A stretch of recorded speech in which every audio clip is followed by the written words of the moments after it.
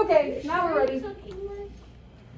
So, looking at this graph on the right, let's read what number 1 says. It says, what happens to the solubility of a solid as the temperature increases? Okay, so this is kind of a question, just do you know how to read a graph? All right, so temperature we know is on the bottom here, and it goes from 0 to 100. So as I go to the right across the table, my temperature is increasing. Solubility is all the lines. So what do the majority of my lines do as I go across the table? They go up. What's the scientific word for up? Increases. Yes. Okay. So what happens to the solubility as temperature increases? It increases. So that's number 1 is increases. Yes, you're giving us the answers. Okay, number 2. What happens to the solubility of cesium sulfate as the temperature increases? So find your cesium sulfate line. What happens to that line? Decreases. It decreases and then evens out. Decreases and then evens out.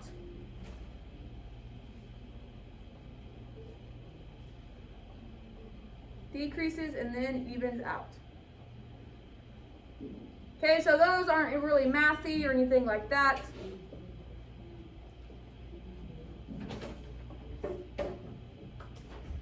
All right, number 3. It says if 100 grams of KCl were mixed in 100 grams of water, what are we going to do with the 100 grams of water?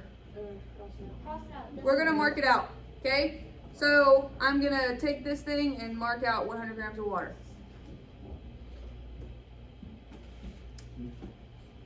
So we have 100 grams of KCl were mixed in at 65 degrees. How many grams did not dissolve? Okay, so this is one of our more difficult ones. I'm going to put a triangle there just because that's the first shape that I saw. So this triangle tells us that this is one of our most difficult problems. Okay, so let's work this one out. I'm going to go find how much will dissolve first. That's the key. All right, the lines on the graph are what will dissolve. Okay, so let's go find out how much KCl will dissolve at 65 degrees Celsius. Okay, so 65 degrees, I'm going to go up to my KCl line,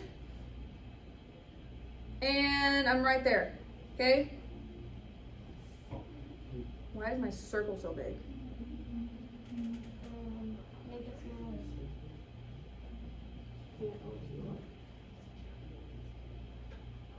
I don't think there's a way to make your circle smaller.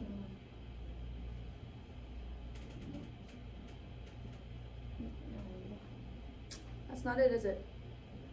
Unless you like actually draw this out, you like shrink it. Making sense? Yeah, I'm going to do the drawing thing.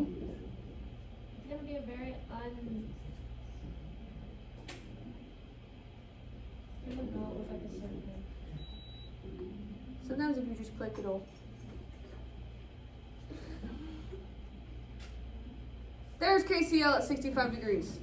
Okay, where I put my little blue dot.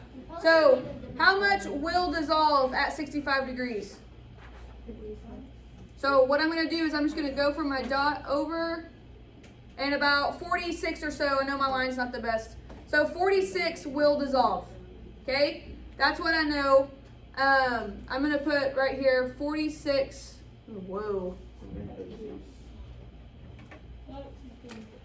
Make it smaller. So I know that 46 will dissolve. How much should I put in there?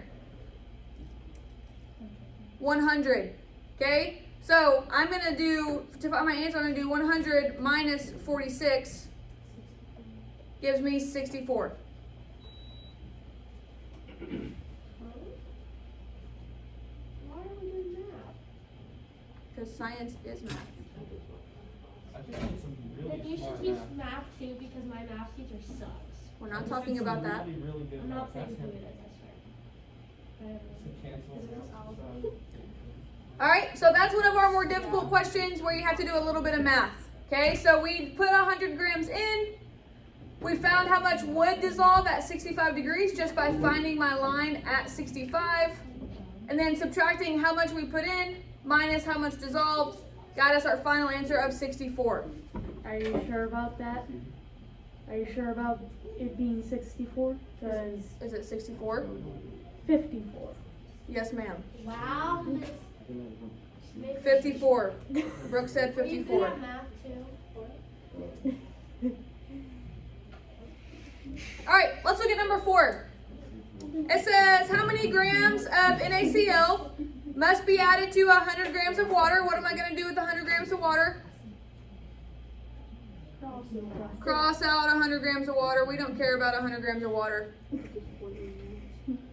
To form a saturated solution at 100 degrees. Okay, this part right here, the saturated solution, gives us a big hint. What does it mean to be saturated in terms of our graph? Where does your dot go if it's saturated? On the line. On the line. Okay, so that kind of helps us out, knowing what saturated means. So basically, what this question is asking is how many grams of NaCl can be a saturated solution at 100 degrees Celsius. That just tells us where does NaCl cross at 100 degrees. Okay, so if I go up to my graph, there's 100 degrees.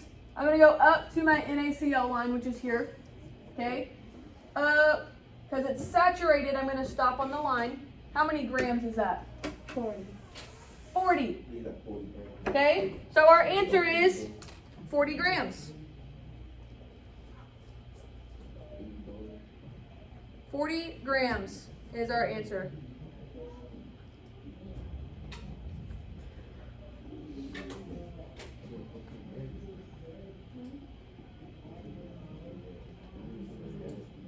Okay, does everybody know how to do those? All right, on 5 and 6, we're going to do our normal on the line, above the line, or under the line stuff. Okay, so number 5, which term describes 100 grams of NaCl at 40 degrees Celsius dissolved in 100 grams of water? What am I going to do with 100 grams of water?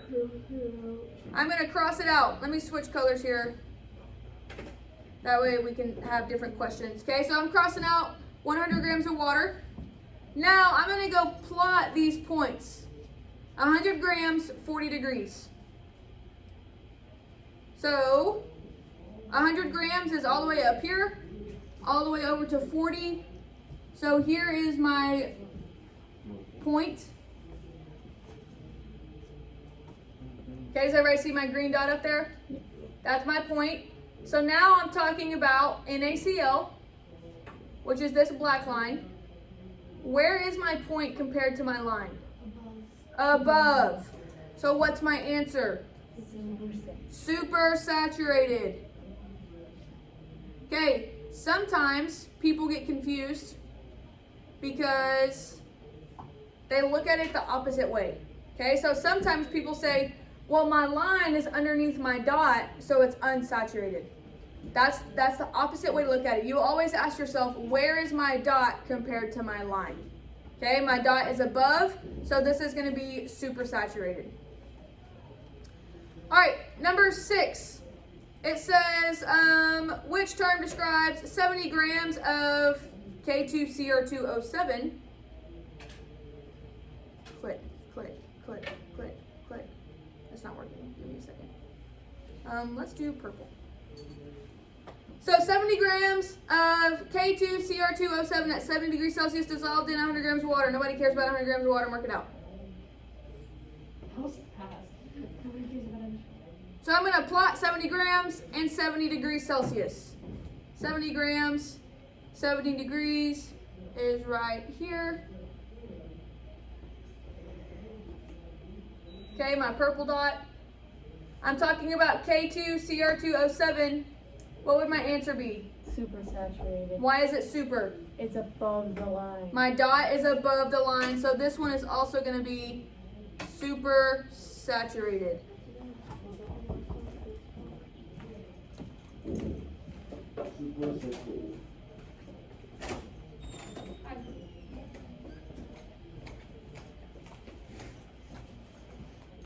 All right, we're going to put a triangle by this one because it is also a difficult question?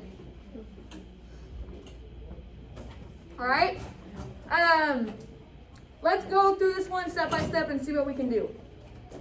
All right. So it says that that's not what I want to happen.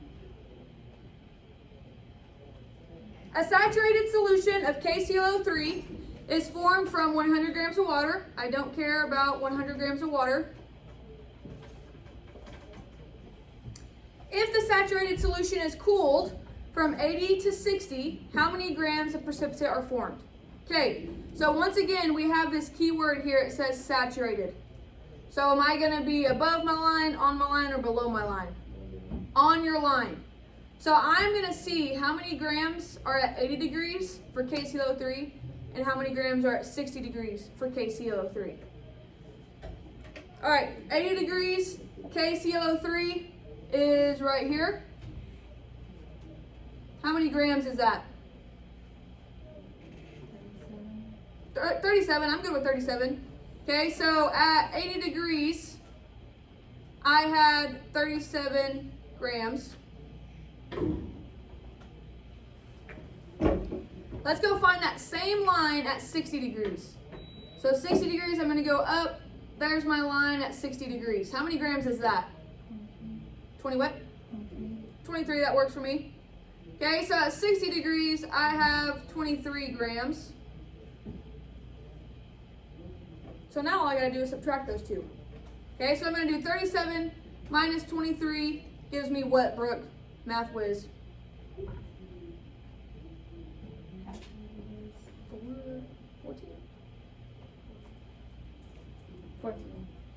14 grams, so my answer is 14 grams.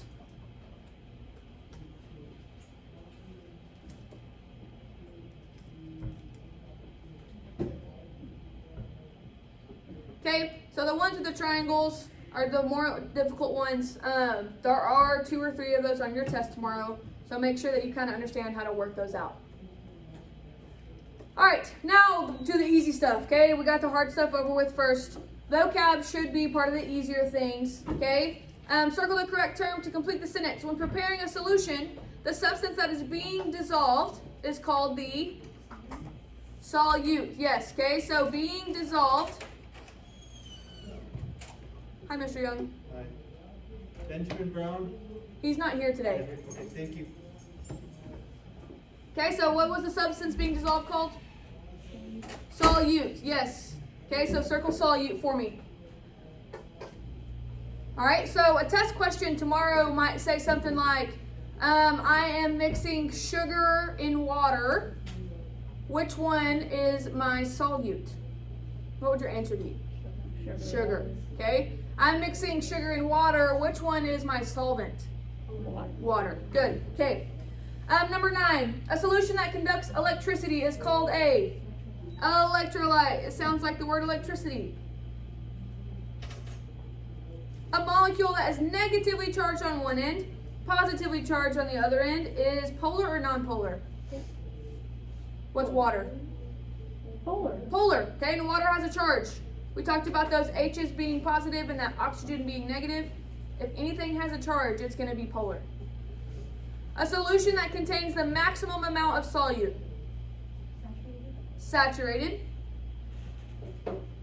It's not more, it's not less, it's just the maximum, so that's saturated. Go ahead and flip it over. A solution that contains less than the maximum.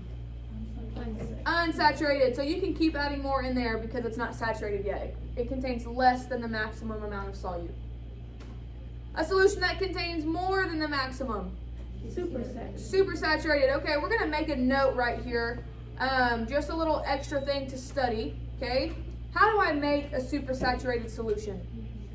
I have to heat it first. Okay, so made by being heated. Okay, there's a test question that is kind of iffy. All right, a lot of you are going to want to put supersaturated, but read carefully. Okay, if it doesn't say that it was heated, there's no way that it can be supersaturated. Okay, it must be heated before it can be supersaturated. All right, let's answer these questions about increasing the rate a solid dissolves, which means how do I make a solid dissolve faster? What's your guesses? Crush it, okay? So I'm gonna crush it, which means I'm gonna increase surface area. Heated up. Heat it up is one of them.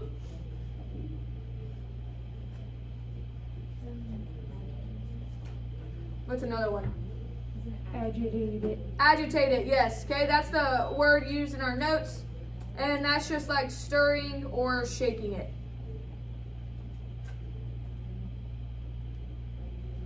Okay, so keep in mind that that is for a, what?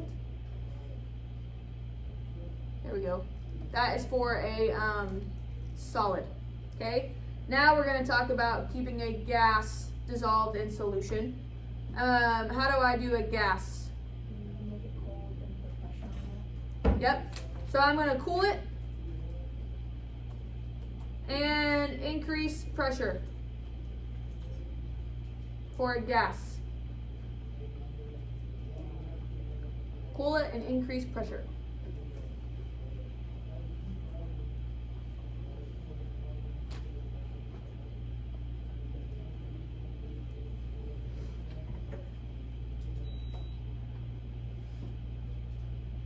All right, the phrase "like dissolves like" refers to polarity. Let's do pink. We haven't done that yet. Polarity.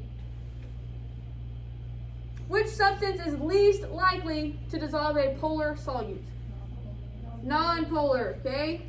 Non-polar is least likely to dissolve a polar solute because we know that polar dissolves polar, non-polar dissolves non-polar. All right, our last little subject here is the properties of water. This is the very first thing that we talked about.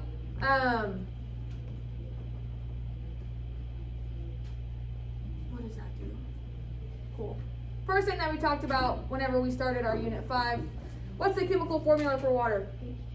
H2O. I'm actually going to draw this because I can't do a little 2. So H2O.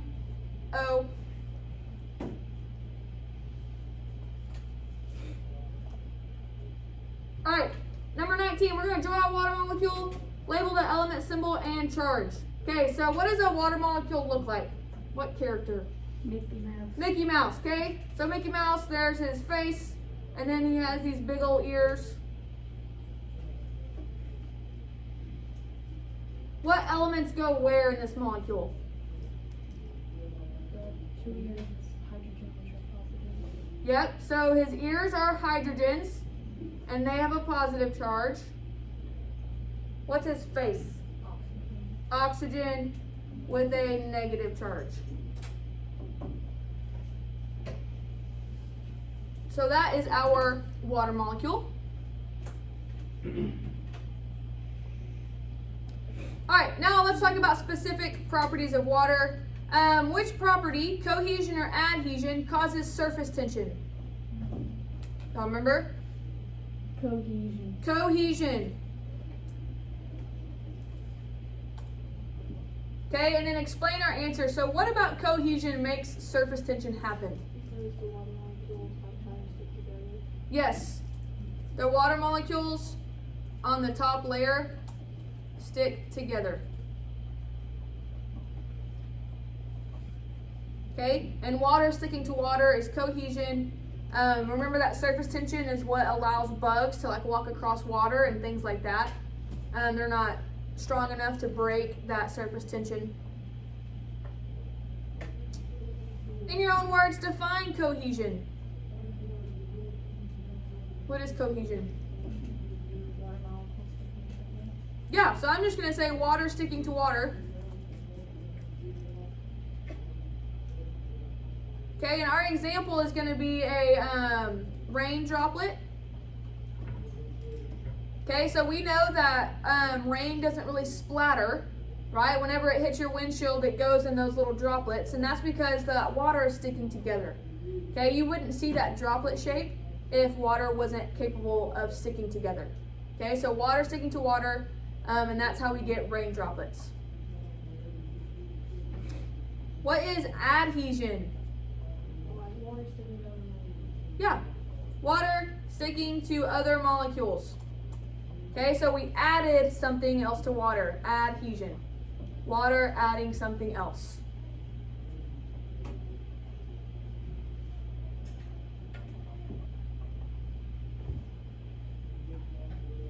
Somebody give me an example of that. A plant. A plant, yes. What'd you say?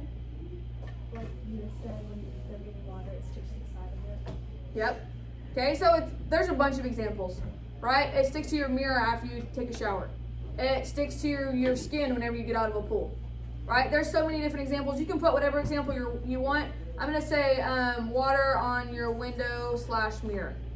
Okay, and I also gave that plant example that Brooke was talking about of that water sticking to the stem and climbing up it to get water to the leaves and petals of the flower. Okay, so you can do any example you want there as long as it's water sticking to something other than water. All right, number 23. Well, this is what our video was about this morning. Explain how polar molecules dissolve other polar substances. You can use water and salt as an example.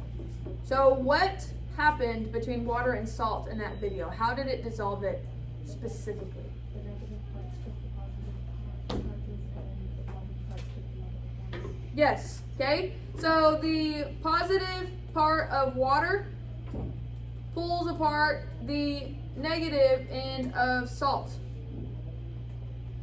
And I'm going to put and vice versa. That way it's less writing. Positive end of water pulls apart the negative end of salt and vice versa. What does vice versa mean? I got to make sure we all understand that. The other way around, okay? So I could also say the negative end of water pulls apart the positive end of salt, okay? But that's a lot of writing and we're lazy, right?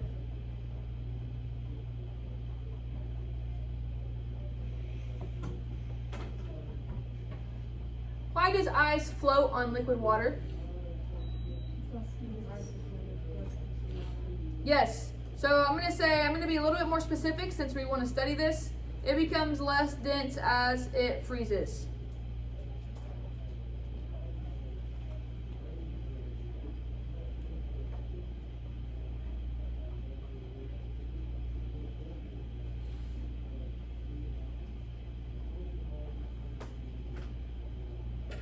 Okay, so we know that ice floats. We know that whenever it gets really cold in the winter, sometimes our ponds will freeze over, but we know that not underneath that layer is frozen. How does that protect our fishies? Make sure they don't freeze in the water. Yeah, they won't suffocate, right? Okay, if ice were to start at the bottom and work its way up, the fish would eventually suffocate. Sad. Oh. Okay. Sad face.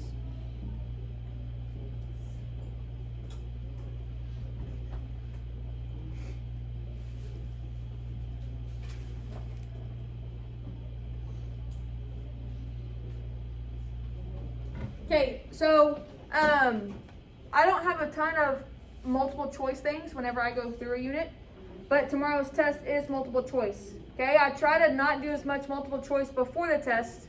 That way you're having to think of your answers instead of see them and circle them. Okay, I think it makes it easier for the test whenever it is multiple choice for you to see your answer and be able to circle it. Okay, so tomorrow's test is multiple choice. There is some matching with vocabulary, but then everything else is multiple choice. Okay, study this test review. All right, if you have that paper we did yesterday with the board game,